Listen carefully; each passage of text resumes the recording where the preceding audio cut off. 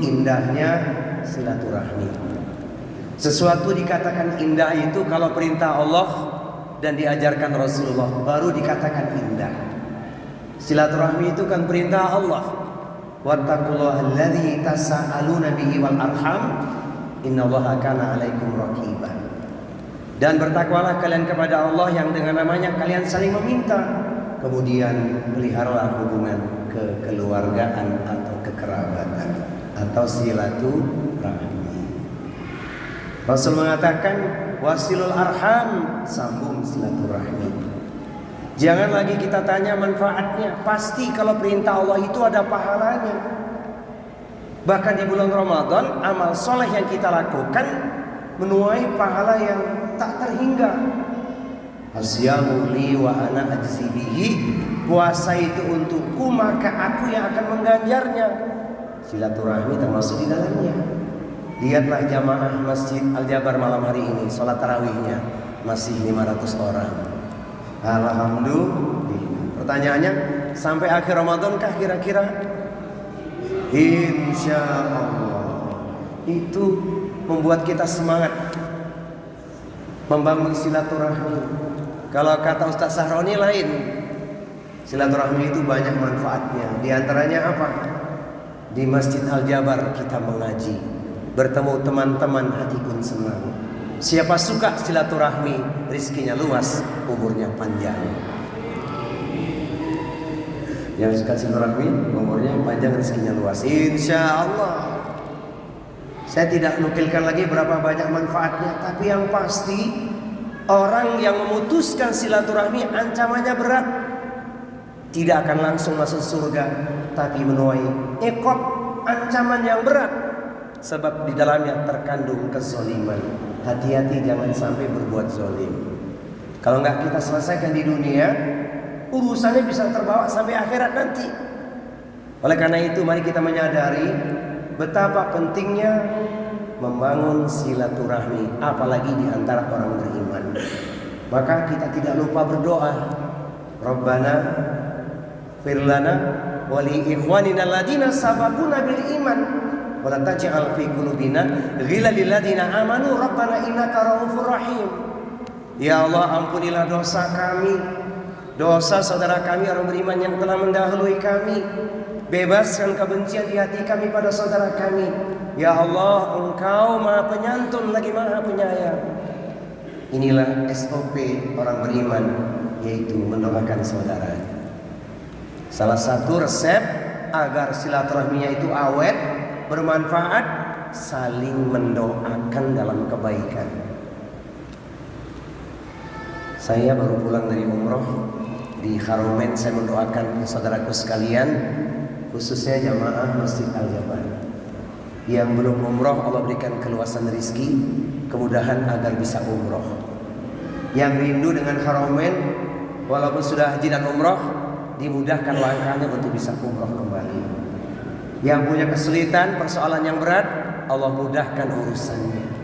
Yang sedang sakit, Allah sembuhkan penyakitnya. Yang jomblo, dipertemukan dengan jodohnya. Amin ya rabbal alamin. Jadi yang pertama resepnya harus kita saling mendoakan. Ini penting. Yang kedua, mudah diucapkan, semoga ringan diamalkan, yaitu mudah memaafkan kesalahan saudaranya. Kalau kita mudah memaafkan kesalahan saudara kita, rewardnya besar, pahalanya besar, seperti yang Allah janjikan. Wa jazaa'u sayyi'atin sayyi'atun mithluha faman 'afa wa aslaha fa ajruhu 'ala Allah innahu la yuhibbudz dzalimin. Balasan sebuah perbuatan buruk adalah perlakuan yang setimpal. Boleh kita membalas kezaliman saudara kita, keburukan saudara kita, asalkan setimpal, sepadan. Bagaimana mengukur yang sepadan atau setimpal itu? Karena ketika kita membalas keburukan seseorang kepada kita, berujung dengan pelampiasan, maka jatuhnya adalah kezaliman.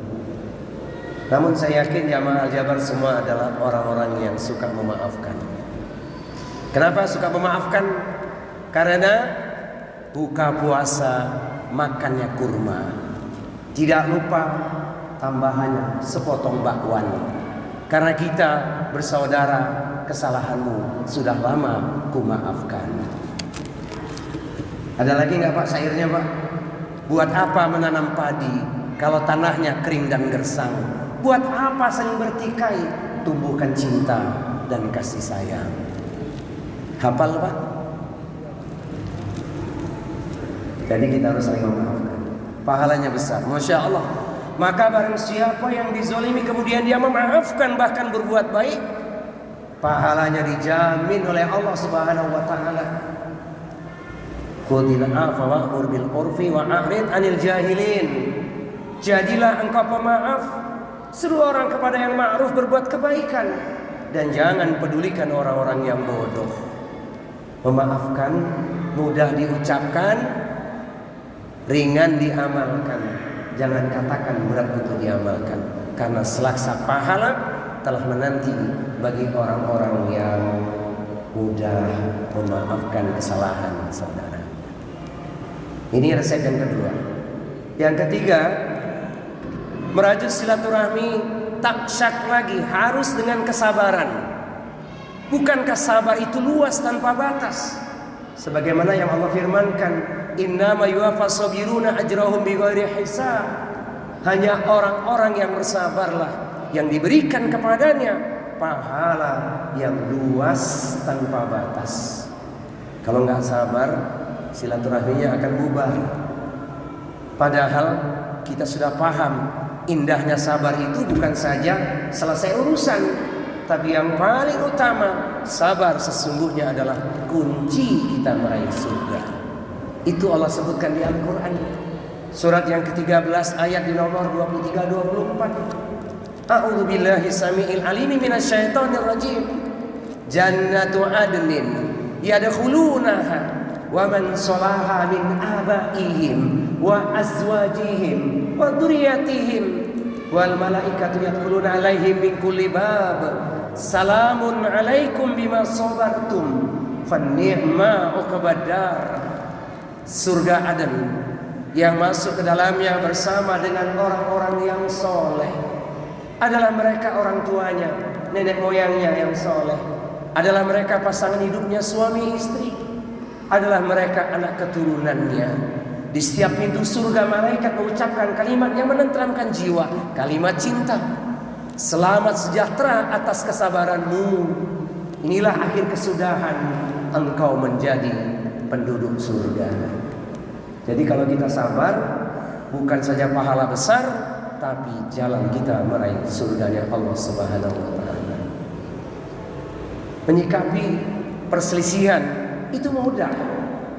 Asal kita tidak berdebat, kita mengalah, cari momen yang tepat, cukup kita berikan wasiat-wasiat sederhana.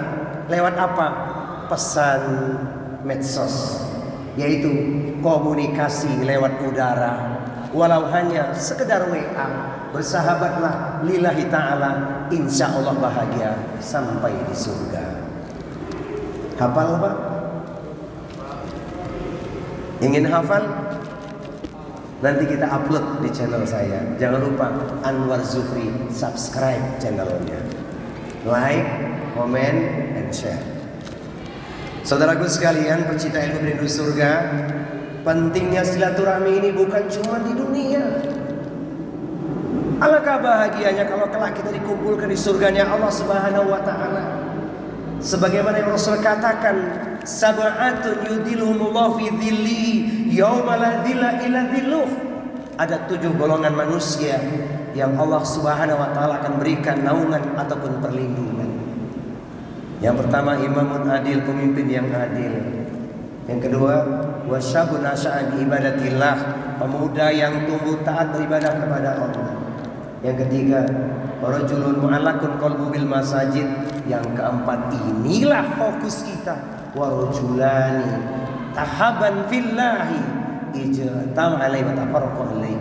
2 orang yang mencintai saudaranya karena Allah, bertemu karena Allah, berpisah juga karena Allah. Maka berbahagialah kita dipertemukan di rumah Allah, di majelis ilmu, bersaudara, bersahabat lillahi ta'ala. Semoga ukhuwah Islamiyah di antara kita senantiasa kita jaga sebaik-baiknya. Di penghujung, Al-Fakir ingin mengingatkan, banyak orang silaturahminya bagus kepada orang lain, tapi justru retak, terkoyak di dalam hubungan pada kekeluargaannya. Hati-hati ini. Silaturahmi yang paling penting pertama adalah internal, yaitu hubungan kekerabatan. Barulah seterusnya kepada orang-orang yang beriman. Kita menyaksikan pertikaian di antara dua saudara karena asbab yang macam-macam. Di antaranya karena apa? Karena tidak tepatnya pembagian warisan. Tapi ini harus kita sikapi dengan arif. Maka saudaraku sekalian, pecinta ilmu perindu surga, ayo kita awali dari diri kita dan keluarga kita. Kita rajut silaturahmi. Kita lanjutkan silaturahmi dengan orang-orang yang beriman dan kepada siapapun sepanjang itu membawa kebaikan. Semoga yang sedikit ini ada manfaatnya. Ingat, bersahabatlah karena Allah. Supaya apa? Kita bisa berkata pada saudara kita, menatap awan ke angkasa, sungguh tinggi tidak terkira. Bersahabat bukan hanya di dunia, tapi insya Allah sehidup sesurga. Amin ya Rabbal